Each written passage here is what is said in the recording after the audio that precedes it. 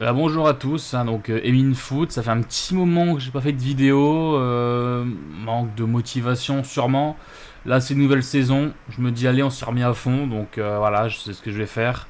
J'ai parlé de foot, beaucoup de vidéos par rapport au foot, ça va être la Ligue 1, un petit peu de Première Ligue, Ligue des Champions beaucoup, Europa League, tout ça. Je compte sur vous aussi pour m'épauler, m'apporter du soutien en likant, en commentant, etc. mes vidéos, ça m'aidera, et puis ça me motivera encore plus à en faire. Donc le sujet du jour, c'est tout simplement ma tier list, non pas classée bon, pas bon, etc. Mais une tier list classement. Voilà, mes prévisions pour la saison qui arrive. Donc comme vous pouvez le voir, il y a tout qui est prêt. Donc j'ai plus qu'à commencer, par le 20e. Ce sera le 18e, on est 18 maintenant, c'est vrai. Donc ce sera le SCO d'Angers, qui a quand même connu beaucoup de départs et aucune recrue, ou quasiment aucune recrue. Est-ce que leur mercato est fini ou est-ce qu'ils vont commencer à s'activer? Je ne sais pas, mais dans l'état actuel, ce serait mon 18e. Pour le 17e, ce serait Metz, que je vais remettre dans le bon sens. Metz, pas vraiment beaucoup de départs. Il y a quand même Udol qui est parti à Lens, c'était quand même un bon défenseur pour eux. Donc, est-ce qu'ils vont en compatir? Je ne pense pas forcément, mais pas beaucoup de recrues. Donc, ils sont promus 17ème, tout simplement. Il n'y a pas spécialement d'explication à ça, c'est pas choquant, je pense. 16ème, je mets Nantes. Alors, est-ce qu'ils vont réussir encore une fois à se maintenir de justesse? Peut-être. Mais en tout cas, pour moi, ils iront au barrage cette fois-ci. Ils ont quand même perdu des cadres. Ils ont perdu Nicolas Palois, ils ont perdu Zézé, qui n'était pas un cadre et un jeune, mais encore un défenseur. Ils ont perdu aussi en attaque Salah, il me semble, peut-être d'autres joueurs, je sais plus précisément, mais un peu bancal le projet. Nantes, je les sens sur la pente descendante, donc je les mets 16e cette fois-ci. Pour le 15e, ce sera Le Havre, que je mets là et que j'interverse. Donc 15e, Le Havre. Il y a eu beaucoup d'arrivées libres, donc des joueurs que je ne connais pas. Je ne vais pas vous inventer, je les ai vus jouer, ils sont très forts. Je ne connais pas forcément beaucoup les joueurs. Je sais qu'ils ont perdu Ayou, ils ont perdu Kuzayev, et un troisième, Casimir, je crois. Ça doit être ça, Casimir. Donc c'est quand même des pertes conséquentes, mais il y a eu beaucoup d'arrivées libres. Donc je me dis que dans ces arrivées libres, il y aura forcément des joueurs qui vont réussir à compenser ces trois pertes importantes. On arrive donc à la 14e place, donc c'est Toulouse pour moi, 14e place. Toulouse ont quand même perdu deux cadres, Abouklal et Suazo, qui étaient quand même des gros joueurs, hein, défenseurs gauche et attaquants pour Abouklal. Bon, ça fait plusieurs saisons qu'on sent aussi Toulouse sur la pente descendante, toujours à la limite de la relégation. Est-ce que ce sera cette année? Je ne pense pas, mais je pense qu'encore une fois, ils vont se maintenir vers les dernières journées. Ça va être serré entre toutes ces équipes-là, hein. 13e, bah pour moi, ce sera Lorient. Là, sans surprise, je pense, vu les équipes qui restent. Pas forcément de raison. Ils ont très peu recruté, mais très peu vendu de joueurs. C'est un effectif qui restera globalement le même. Donc, Lorient, on sait que c'est une équipe quand même qui joue pas mal au ballon, au milieu de terrain notamment. Ils ont souvent des milieux qui savent créer du jeu. Mais le problème, c'est la défense, les gardiens. Même si un gardien, ils ont un bon gardien, Lorient, pour un coup, un jeune qui est bon. Mais sinon, la défense, elle est calamiteuse. Et en attaque, ils n'ont pas vraiment d'attaquant qui peut marquer des buts. Un attaquant qui attire un but. Ça, ils n'ont pas. Et ils n'ont jamais eu depuis Gamero. Donc voilà. Donc pour mon 12e, ce sera Auxerre. Qui, bon, ils ont perdu Gaëtan Perrin, voilà, un bon joueur qu'ils ont perdu. Ils ont un petit peu recruté des joueurs que je ne connais pas non plus. Donc bon, Auxerre nous a quand même habitués souvent à être dans le ventre mou du classement. Ils gagnent parfois des matchs contre des Marseille, des Lyon, etc. Mais à côté, bon, ça bidouille. Donc une petite 12e place pour Auxerre. 11e place, là je les mets maintenant. 11e, Paris FC. Dans l'état actuel du mercato qui n'est pas encore fini, donc ça pourrait monter encore un petit peu. Ça ira pas plus haut que la 8e place, hein, même, je dirais même la 9e place. Pour moi, par exemple, ce sera entre la 9e et la 12e. Ils auront pas forcément beaucoup plus haut, je pense pas du tout même. Et plus bas, ça me surprendrait aussi. Donc voilà, ils ont recruté Otavio, un joueur de Nantes que j'ai même pas cité, mais Moses Simon.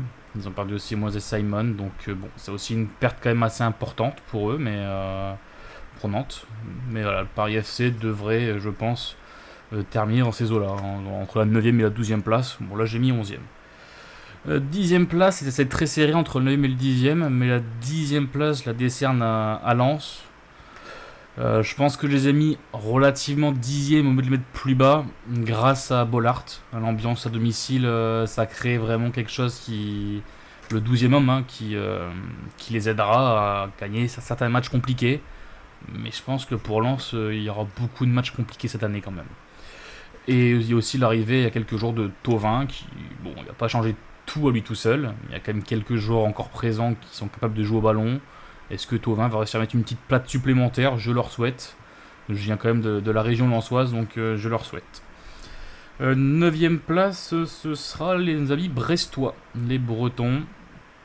Donc ils n'ont pas forcément beaucoup recruté. Ils ont perdu très peu de joueurs, mais ils ont quand même perdu leur gardien, Bizotte. Donc est-ce que ça va vraiment influer sur les performances? Je ne sais pas, mais c'est une équipe qui a pas perdu beaucoup de joueurs, donc qui saura quand même jouer au ballon. Donc une 9ème place pour les Brestois me semble la plus correcte possible. 8ème place, ce sera pour Rennes.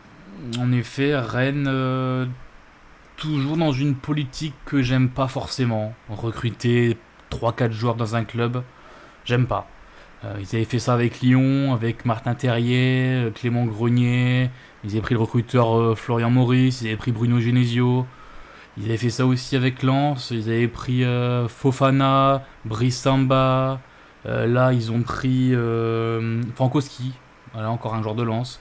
Plus Quentin Merlin, pardon, et Rongier, donc de Marseille. Donc voilà, ils piquent un petit peu partout des joueurs dans les clubs supérieurs à eux. Bon, une stratégie qui ne paye pas jusqu'à présent, vu qu'ils n'ont pas retrouvé l'Europe avec cette stratégie-là. Et je pense qu'ils la retrouveront pas encore cette année. Ils finiront sûrement, je pense, 8ème. Il y a eu beaucoup de départs aussi qui fait qu'il n'y a eu que 3 vraiment arrivés pour l'instant et les départs sont pas comblés, donc voilà.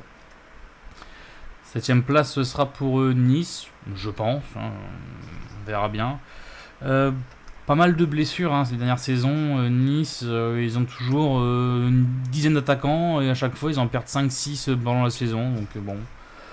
Ils ont aussi eu pas mal de départs, hein, Evan Guessant.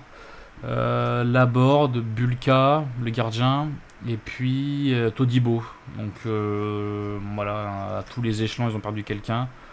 Donc là, ça va être compliqué pour eux aussi, je pense. Pour la Ligue 1, je pense qu'ils vont réussir à accrocher une 7ème place. Par contre, pour l'Europa League, là, ça m'inquiète parce que la saison dernière, ils nous ont quand même fait honte au championnat français. Pour une 6ème place, je dirais Lille. Alors Lille, ils ont quand même perdu des joueurs, hein. C'est pour ça qu'ils sont que 6ème. Ils ont perdu Goodmanson, ils ont perdu Jonathan David, ils ont perdu Angel Gomez et ils ont perdu Chevalier au PSG. Donc là, ils ont quand même perdu du lourd. Ils ont fait venir Giroud, quelques autres petits joueurs. Qu'est-ce que ça va donner, je ne sais pas. J'ai vu quelques extraits de matchs amicaux. Giroud, pour l'instant, semble relativement en forme. Est-ce que ça va perdurer dans la saison ? J'espère que leur mercato n'est pas fini, parce que pour moi, c'est encore un petit peu juste actuellement. 5ème, ce sera Strasbourg. Alors là, j'ai longtemps hésité à les mettre 4ème, avec l'un des clubs ici présents, qui est ici, hein, c'est Lyon, je vais vous spoil. Mais je les mets 5ème pour une seule raison, c'est peut-être le manque d'expérience encore dans l'équipe de Strasbourg. Encore une fois, ils ont fait un gros mercato, ils ont recruté beaucoup de joueurs, mais beaucoup de jeunes, dont beaucoup, quasiment la moitié, hein, viennent de Chelsea, mais vraiment des jeunes, hein, quand je dis jeunes, je parle entre 18 et 21 ans, hein, donc vraiment des jeunes. Donc ils auront une équipe qui va jouer au ballon, ils vont courir beaucoup, ils vont se tuer à la tâche, mais est-ce que ça va suffire pour les quelques prises de décision importantes? Le manque d'expérience, je ne sais pas, donc je les mets 5ème. Donc mon 4ème, c'est l'Olympique Lyonnais, le club que personnellement je soutiens. J'ai pas à en parler 40 ans parce que je vais quand même faire une autre vidéo spécifique au mercato de l'Olympique Lyonnais. On sait tous que Lyon a vécu des problèmes financiers, hein, donc ils ont perdu beaucoup de joueurs. Lacazette, Cherki, Perry, pour en citer que 3, il y en a d'autres, hein, mais pour en citer que 3. Et ils ont fait un mercato quand même relativement assez intéressant, avec pas mal de petits jeunes, pas forcément connus du grand public, mais qui performent à l'étranger dans les petits championnats. Je pense à Soulch. Donc on verra. Moi je les mets quatrième, peut-être un petit peu parce que je suis supporter, je ne sais pas. Mais j'y crois beaucoup en tout cas dans ce club et en cette équipe-là. Sachant que le mercato n'est pas encore fini, il reste encore quelques achats à faire. Normalement 2 ou 3 joueurs vont encore venir. On espère ne pas perdre Fofana, mais on verra bien. La troisième place, c'est Monaco. Monaco qui sera donc troisième selon moi. Ils n'ont pas encore perdu leur Benchegir, Akliouche, etc. Pour l'instant, ils ont réussi à les garder. On sait que le PSG jette un œil sur Akliouche notamment. Mais pour l'instant, ils sont encore à Monaco. Ils ont recruté d'ailleurs du Bayern. Radeki, ils ont recruté Ansu Fati et Pogba. 4 joueurs, quand on prend leur palmarès, bon, si on retire Fati quand même, hein, mais les 3 autres, le palmarès parle pour eux quand même. C'est des joueurs européens de renommée. Maintenant, on sait que Fati, beaucoup de blessures. On sait que Pogba n'a pas joué depuis 2 ans et l'état psychologique, on ne sait pas vraiment dans lequel il est. Radeki, il a 35 ans, il part de l'Allemagne. Est-ce qu'il est encore apte vraiment à jouer? Pour un gardien de 35 ans, c'est pas si vieux, mais on ne sait jamais. Parfois, dans la tête, quand on n'a plus de motivation, c'est compliqué. Et ensuite, Eric Dyer est un très bon défenseur, mais pareil, une petite trentaine d'années. Voilà, à voir. Est-ce qu'ils sont venus à Monaco parce que ça commence à être la fin pour eux? Ou est-ce qu'ils sont venus à Monaco pour se relancer, pour se challenger, ou parce qu'ils croient au projet? Ça, on le saura assez vite. Hein. Donc, deuxième, Marseille. Évidemment, le PSG, pour moi, ça reste trop fort. Mais Marseille, par contre, très gros mercato. Ils ont quand même dépensé 35 millions d'euros pour Pek Chao. Je vous mens pas, je ne le connais pas. J'ai regardé quelques highlights comme tout le monde, mais je le connais pas. Je vais pas dire que c'est la recrue du siècle, je vais rien dire. Ni que c'est une merde, je vais rien dire du tout. Hein. C'est une recrue, en tout cas pour 35 millions, qui sera attendue, je pense, par les supporters. Et ils ont aussi recruté Medina de Lens, Angel Gomez de Lille, et le retour d'Aubameyang qui claque déjà des buts en match amicaux, donc il est en forme et je pense qu'il est très motivé par ce projet et le retour en Ligue des Champions de Marseille. Donc ça va être très intéressant de suivre Marseille cette année. Et pour finir, le premier, c'est pas vraiment une surprise, le PSG. Ils ont perdu aucun joueur. Ils ont peut-être vendu quelques indésirables, mais vraiment pas beaucoup. Mais ils ont réussi à vendre quelques joueurs. Mais voilà, leur mercato va commencer. Ils vont commencer peut-être à reprendre des joueurs, des jeunes, je pense, pour les doublures. Même s'ils ont déjà ce qu'il faut, mais on n'a jamais de trop. Et dans les buts, Chevalier qui arrive, donc un gardien français, ça fait plaisir, qui reste en Ligue 1 et à Paris, ça fait plaisir. Donc voici pour moi, c'est ça, voilà, mon classement, il est là. Est-ce qu'il se va rapprocher de ce qui arrivera à la fin de saison? On verra bien. N'hésite pas à me donner ton avis dans les commentaires, à t'abonner. Il y aura beaucoup de vidéos qui vont sortir sur le foot, sur la Ligue 1. Je suis spécialiste Ligue 1, j'adore la Ligue 1. Je suis fan de la Ligue 1. Il y aura beaucoup de vidéos Ligue des Champions, Europa League également. Donc n'hésite pas à me suivre, à mettre un petit pouce bleu, à commenter. Voilà, allez, salut.